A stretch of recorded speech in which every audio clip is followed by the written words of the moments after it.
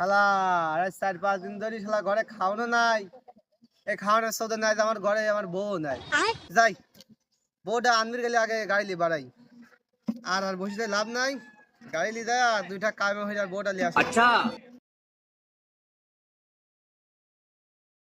মামা stop the car. হ্যাঁ বাবা কই যাবো, আসো আসো আসো, গাড়ি তো ওঠো ওঠো ওঠো।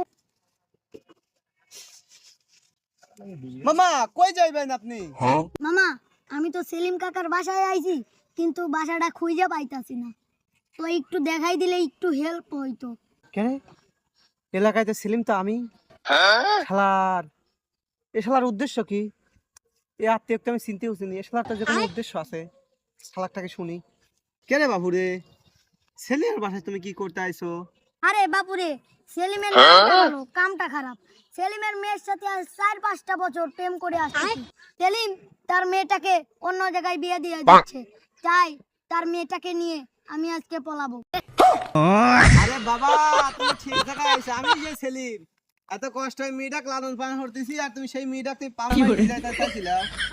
শালা তোদের মতো নিতুর বাঞ্চত গয় লাগি তার মেয়ে কোনো নষ্ট গ্রামে গ্রামে শালাকে আরে শালা। বাবা ছেড়ে দাও, ছেড়ে দাও, আর আসছো না। আসবি আর? না না না, আসবি? না না। মনে তো থাকবি নি হ্যাঁ হ্যাঁ। তোকে